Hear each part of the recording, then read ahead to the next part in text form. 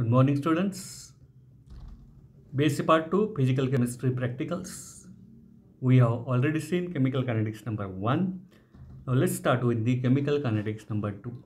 So aim of today's experiment is to study the reaction between potassium persulfate. Potassium persulfate, its formula is K2S2O8, and potassium iodide, that is Ki, in solution with unequal concentration of the reactants. असा M आहे. तर इथं आपण potassium परसल्फेट K2S2O8 आणि केआयची reaction बघणार आहोत chemical कायनेटिक्सच्या माध्यमातून. तर हे जे K2S2O8 आहे आणि हे के आहे, ह्या दोन्हीचं कॉन्सन्ट्रेशन अनइक्वल असल्यामुळे ह्याला unequal concentration of the reactant असं म्हटलेलं आहे. तर या रिॲक्शनचा अभ्यास केमिकल कायनेटिक्सच्या माध्यमातून आपण करणार आहोत. Next, so what are the chemicals required for this experiment? 0.1 normal potassium persulfate, 0.1 normal Ki, 0.002 normal sodium thiosulfate, Na2S2O3 म्हणजे sodium thiosulfate, ice, and indicator is starch. Last time for the chemical kinetics number 1 we have used the indicator phenolphthalein.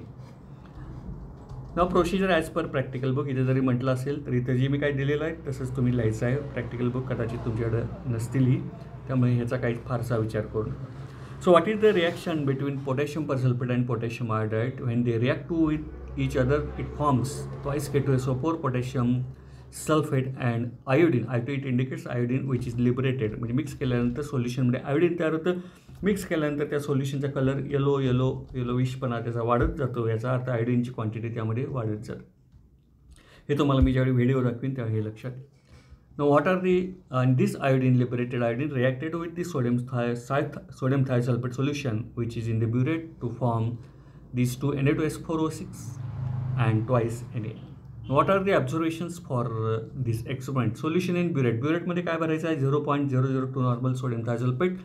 Solution in conical flask. आता conical फ्लास्कमध्ये काय घ्यायचं आहे? 10 ml reaction mixture. मागच्या वेळी आपण 5 ml reaction mixture घेतलं होतं. Reaction mixture म्हणजे दोन्ही सोल्युशन मिक्स केल्यानंतर जे तयार होतं त्याला रिॲक्शन मिक्सचर म्हणतात. Plus few drops of starch. Starch नावाचा इंडिकेटर असतो, तो 5-6 ड्रॉप टाकायचा. आणि आईस.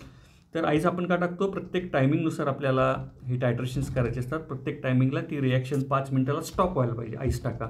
10 मिनिटाला स्टॉप करण्यासाठी आईस टाका. So ice, the function of ice is to stop the reaction at a particular time. Indicator is starch and end point is blue to colorless. So these are the observations. Actually process कशी आहे किंवा procedure काय आहे बघूया आपण. So what is the procedure or process? Bottle number 1. 2 stopper bottle घ्यायच्या. पहिल्या बॉटलमध्ये 10 ml 0.1 normal potassium परसल्फेट ब्युरेटने घ्यायचं 10 ml plus 30 ml distil water. हे सुद्धा 30 ml ब्युरेटने घ्यायचं. ब्युरेट भरून ठेवायचे या दोन्हीने, त्यातून घ्यायचं. बॉटल नंबर 2 मध्ये 20 ml 0.1 normal Ki plus 20 ml distil water. एक बॉटल तयार करायची. आणि ह्या दोन्ही बॉटल्स आपल्याला काय करायचे आहेत? वॉटर बाथमध्ये, म्हणजे एक भांडं असतं, त्या भांड्यामध्ये पाणी असतं, त्याच्यामध्ये दोन्ही बॉटल्स आपण ठेवतो to attend the constant temperature for both the bottles. Next, keep these 2 bottles in water bath at about 10 minutes. Then mix the solution from bottle number 2 to bottle number 1, from bottle number 1 to bottle number 2, and pipette out 10 ml of reaction mixture after 10 minutes from the start of the reaction into conical flask which contains ice and starch indicator, and titrate this against 0.002 normal sodium thiosulfate solution from the burette till the color changes from blue to colorless. म्हणजे काय करायचं बघा. For example गृहीत धरला आपण 10 वाजता या दोन्ही बॉटल्स वॉटर बाथमध्ये ठेवलेले आहेत.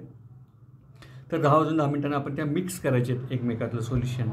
आणि 10 वाजून 20 मिनिटांनी पहिलं रिडिंग घ्यायचं आहे. मागच्या केमिकल कायनेटिक्सला आपण 0 रिडिंग होतं, मिक्स केल्या घेतलेलं रिडिंग. आता 10 वाजता ठेवलं वॉटर बाथमध्ये, 10-10ला मिक्सिंग करायचं आणि 10-20ला आपण काय करायचं आहे? पहिलं रिडिंग घ्यायचं आहे. तर ह्या मिक्स केल्यानंतर 10 वाजून 10 मिनिटांनी 10 वाजून 20 मिनिटापर्यंत आपल्याला जो वेळ मिळतो 10 मिनिटाचा, त्याच्यामध्ये ब्युरेटमध्ये काय करायचं? 0.002 नॉर्मल सोडियम थायसल्फेट भरायचं. कोनिकल फ्लास्क घ्यायचा, वॉश करून त्यामध्ये फ्यू पीसेस ऑफ आईस आणि इंडिकेटर 5-6 ड्रॉप हा स्टार्च टाकून ठेवायचा. आणि 10 वाजून 20 मिनिटांनी आता मिक्स केल्यानंतर एक बॉटल बाहेर जाईल, एक स्टॉपर बॉटल वॉटर बाथमध्ये राहील. त्या वॉटरवॉलचं स्टॉपर टोपन काढायचं, 10 ml पिपेट त्यामध्ये डीप करायची, पिपेट आउट करायचे, कोनिकल फ्लास्कमध्ये घ्यायचं की ज्यामध्ये आईस आणि इंडिकेटर स्टार्च आहे. आणि असं सोल्युशन सोडियम थायसल्फेट बरोबर टायट्रेट करायचं ब्युरेटमधल्या till the colour changes from blue to colourless. म्हणजे पहिला ब्ल्यू कलर येतो त्याला सोल्युशन तुम्ही पिपेट आउट करून त्यामध्ये टाकल्या आणि कलरलेस होईपर्यंत टायट्रेशन करायचं. म्हणजे 10 वाजता ठेवलं, 10-10ला मिक्स केलं, 10-20ला पहिलं रिडिंग. पुढची रिडिंग ही कशी आहेत? 5-5 मिनिटांनी. म्हणजेच 10-20ला पहिलं रिडिंग, लगेच दुसरं 10-25, 10-30, 10-35, 10-40 अशी 5-5 मिनिटांनी रिडिंग आहे. तर ह्या मधल्या 5 मिनिटाच्या गॅपमध्ये ब्युरेट परत भरणं, कोनिकल फ्लास्क वॉश करणं, आईस घेणं, इंडिकेटर टाकणं, ह्या सगळ्या गोष्टी तुम्हाला कराव्या लागतात. म्हणून म्हटलेलं आहे सिमिलरली टायटेड 10 ml of reaction mixture after time intervals of 15, 20, 25, 30 and 35 minutes from the start of the reaction start झाल्यापासून हे आपल्याला करायचं. आता ॲक्च्युली रिडिंग कशी येतात आणि ऑब्झर्वेशन टेबल याचं काय आहे ते आपण बघणार आहोत. नेक्स्ट, आता याच्या आधी कॅल्क्युलेशन ऑफ ए अँड बी. आता इथं ए अँड बीचे व्हॅल्यू आपल्याला काढावे लागतात. आता ए म्हणजे आता मागच्या केमिकल कायनेटिक्समध्ये A is equal to T infinity minus T zero आपण म्हटलं होतं. टी इन्फिनिटीची व्हॅल्यू दिली जाते, टी झिरो म्हणजे पहिलं रिडिंग, त्या दोन्हीची वजाबाकी करून ए काढला होता आणि ए कॅल्क्युलेशनला ए मायनस एक्स वगैरे आपण तो काढला. पण इथं आपल्याला ए आणि बीची कॅल्क्युलेशन्स करावं लागतात आणि अनइक्वल कॉन्सन्ट्रेशन असल्यामुळे ए आणि बी ह्या दोन्हीच्या व्हॅल्यू इथं वेगवेगळ्या येतात. सो ए इनिशियल कॉन्सन्ट्रेशन आहे पोटॅशियम आयोडाईड आपण गृहीत धरू. N1 is equal to N2 V2 मी मांडलेला आहे. के आय आणि के आय मिक्सचर. तर N1 म्हणजे नॉर्मॅलिटी ऑफ के आय, ही पॉईंटवर आपल्याला माहीत आहे. के आयचा व्हॉल्यूम V1 हा 20 ml आपण घेतलेला आहे. त्यानंतर N2 म्हणजे नॉर्मॅलिटी ऑफ के आय, मिक्सचरमधली नॉर्मॅलिटी काढायची आणि टोटल व्हॉल्यूम V2 किती झालेला आहे, दोन्ही सोल्युशन मिक्स केल्यानंतर 8 ml झालेला आहे. तर उत्तर आलं याचं 0.025 आणि असे 0.025 नॉर्मलचं मिक्सचर आपण किती ml पिपेट आउट केलेलं आहे म्हणून इथं म्हटलं बघा 0.025चं मिक्सचर 10 ml पिपेट आउट केलं. कशावर टायट्रेट केलं, 0.002 नॉर्मल सोडियम थायसल्फेट बरोबर. आणि V3 त्याला व्हॉल्यूम किती लागला, 125 ml आणि हीच व्हॅल्यू एची असते. So A is equal to 125 here आणि बी इज इक्वल टू आता आपण काय केलेलं आहे, 10 ml पोटॅशियम पर सल्फेट घेतलं आहे आणि 20 ml काय केलेलं आहे, के आय घेतलेलं आहे. म्हणजे 20च्या हाफ 10 घेतलेला आहे म्हणून 125 ही जर एची व्हॅल्यू आपण आली असेल तर B initial concentration of persulfate किती येणार आहे, 62.5 आणि हे सुद्धा हे कॅल्क्युलेशन करून काढलेलं आहे, हे तुम्ही बघू शकता. तर ए इज इक्वल टू 125 आणि बी इज इक्वल टू 62.5 ह्या व्हॅल्यूज आपण इथं घ्यायच्या आहेत. Next observation table. A is equal to 125, B is equal to 62.5.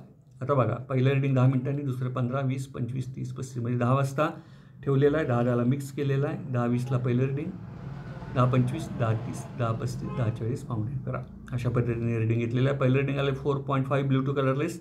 हे रिडिंग हळूहळू वाढत गेलेलं आहे कारण रिॲक्शन जशी जशी होत जाईल तसं प्रॉडक्ट आपला आयोडीन आहे त्या आयोडीनची क्वांटिटी वाढत जाईल. आयोडीनची क्वांटिटी जशी जशी जास्त वाढत जाईल तसं ते सोल्युशन येलो कलरचं जास्त होत जाईल आणि आयोडीनची क्वांटिटी वाढली की त्याला लागणारं sodium thiosulphate blue to colourless होण्यासाठी जास्त लागेल, म्हणताना ही रिडिंग वाढत गेलेली आहे. आता मी ए मायनस एक्स काढलेला आहे, 125मधून हे मायनस केलेलं आहे. बी मायनस एक्स 62.5मधनं मायनस केलेलं आहे. पुढं मी हे कॅल्क्युलेशन केलेलं आहे, A minus X upon B minus X त्याचा लॉग बघितलेला आहे. परत log of B into A minus X divided by A into B minus X ह्या व्हॅल्यू काढलेल्या आहेत. हे आपल्या व्हॅल्यू ग्राफला लागतात. आणि finally K is equal to 2.03 divided by T into A minus B divided by into log of B into A minus X divided by A into B minus X हा केचा formula आहे. तो फॉर्म्युलानुसार मी ते दोन calculation करून दाखवलेले आहेत. बघा पहिलं calculation K is equal to 2.03 divided by T म्हणजे टाईम टी. ए मायनस बीची व्हॅल्यू किती 62.5, ए 125 आहे, बी 62.5 आहे, दोन्हीची मायनस परत 62.5 इथं into log of B into A minus X divided by A into B minus X म्हणजेच ही व्हॅल्यू 0.1649 इथं घातलेलं आहे आणि उत्तर आलेलं 6 इंटू 10⁻⁻⁵. सेकंड कॅल्क्युलेशन केलेलं आहे 2.03 डिवायडेड बाय टी. टी म्हणजे किती 15 multiply by 62.5 A minus B into log of B into A minus X ह्याची व्हॅल्यू आहे 0.2325 आणि 5.711 इंटू 10⁻⁻⁴. अशा पद्धतीने तुम्ही सगळी सबस्टिट्यूशन करायची आहेत आणि सगळी कॅल्क्युलेशन करायची आहेत. Similarly do all the calculation म्हणजे 20, 25, 30 आणि 35 ची कॅल्क्युलेशन्स तुम्ही करून मांडायची आहेत. उत्तरं तुम्हाला इथं दिलेली आहेत. फक्त ह्या फॉर्मॅटमध्ये घालायचं आणि मांडायचं आहे, फारसं काय अवघड नाही. आणि मी इथं मीन के काढला 5.6 इंटू 10⁻⁻⁵. तर ह्या जर व्हॅल्यू आपण बघितल्या, if you look this values are all constant. बघा सगळ्या 5 पॉईंटमध्ये आहेत. 1.6 म्हणजे 5.99 गृहीत धरतो. ह्या सगळ्या व्हॅल्यू काय आहेत, कॉन्स्टंट आलेल्या आहे. आता पुढं आपण ग्राफ काढणार आहोत, ग्राफवरून रिझल्ट काढणार आहोत. Next, plot a graph of log A minus X against B minus X versus time T. आता पुस्तकामध्ये प्रॅक्टिकल बुकमध्ये 2 ग्राफ आहेत. एक ग्राफ आहे log of B into A minus X upon A into B minus X versus time T हा graph आहे. तो ओरिजिनमधून पास होतो, स्ट्रेट लाईन ओरिजिनमधून पास होतो. पण परीक्षेला जनरल हा ग्राफ विचारला जातो log A minus X upon B minus X against time T. तर इथे ग्राफ काढलेला आहे बघा. आता तुम्ही log a-x अपॉन b-x ह्या जर व्हॅल्यू मागे टेबलमध्ये बघितलं तर सगळ्या 0.3च्या रेंजमध्ये आहेत. 0.3 to 0.4 म्हणताना इथं आपला हा ग्राफची इथं आपल्याला दिशा दिसते. इकडे टाईम इन मिनिट 5, 10, 15, 20 असं दाखवलेलं आहे. आता 10ला किती रिडिंग आलेलं आहे ते इथं प्लॉट करा, 15ला किती, 20ला किती, 20 असं सगळं प्लॉट करत चला. ही अशी स्ट्रेट लाईनने याचा स्लोप घ्यायचा आपल्याला. 0.3 आणि 4च्या मध्ये व्हॅल्यू असल्यामुळे या सगळ्या व्हॅल्यू अशा. आणि के ग्राफवरून कसा काढायचा आहे, 2.03 multiply by slope divided by a-b अशा पद्धतीनं हा स्लोप काढायचा. आता हा इंटरसेप्ट आलेला आहे इथं. हा इंटरसेप्ट किती असतो, log a/b. एच व्हॅल्यू आहे 125, बीची आहे 62.5. So it indicates log of two 0.3010. तर इंटरसेप्टची व्हॅल्यू किती येते, 0.3010. अशा पद्धतीने तुम्ही ग्राफ पेपरवर ग्राफ काढायचा आहे आणि केवरून ग्राफवरून केची व्हॅल्यू काढायची. So calculate the value of K by graph. आता रिझल्ट्समध्ये काय करायचं आहे बघा. Nature of the graph suggest that the reaction is bimolecular. याचा ग्राफ काढलेला आहे. हा in having intercept on Y axis आहे, स्लोप बघितलेला आहे. या ग्राफचं नेचरच आपल्याला सांगते की रिॲक्शन बाय मोलिक्युलर म्हणजे सेकंड ऑर्डर रिॲक्शन आहे. मीन व्हेलॉसिटी कॉन्स्टंट आपण काढलेला 5.6 × 10⁻⁵ लिटर किंवा dm³/mol/सेकंड. आणि ग्राफवरून के येतो तो तुम्ही काढायचा आहे. ती व्हॅल्यू इथे लायची. ती पण काहीतरी 5 रेंजमध्ये यायला पाहिजे आणि ती येते. तुम्ही ग्राफचा प्रयत्न करा. अशा पद्धतीनं हा एक्सपेरिमेंट आपल्याला केमिकल कायनेटिक्स नंबर 2 करायचा. हे सगळं मी आता व्हॉट्सअपवर टाकतो आहे आणि व्हॉट्सअपवर टाकल्यानंतर हे फोटो आहे तसं तुम्ही काय करा, फुलस्केप पेपर किंवा तुमच्या घरी जुने जर्नलचे पेपर असतील त्याच्यावर हे काय करू शकता, लिहू शकता. हेच तुमच्या जर्नल समजलं जाईल परीक्षेकरता. तर केमिकल कायनेटिक्स 1 आपण काल संपवला. केमिकल कायनेटिक्स नंबर 2 आज संपतोय. त्यानंतर पुढचे जे एक्सपेरिमेंट आहेत, कंडक्टोमीटरचे 2 एक्सपेरिमेंट आहेत, रिफ्रॅक्टोमीटर आणि विस्कॉसिटी एक्सपेरिमेंट आहेत, ते सुद्धा दररोज सोमवारपासून पुढे घेतले जातील आणि याचे व्हिडिओ तुम्हाला करून हे व्हॉट्सअप ग्रुपवर तुमच्या टाकले जातील. ते तुम्ही पाहायचे आहे. धन्यवाद. Have a nice day. स्वस्थ राहा, सुरक्षित राहा, मास्कचा वापर करा. Thank you very much.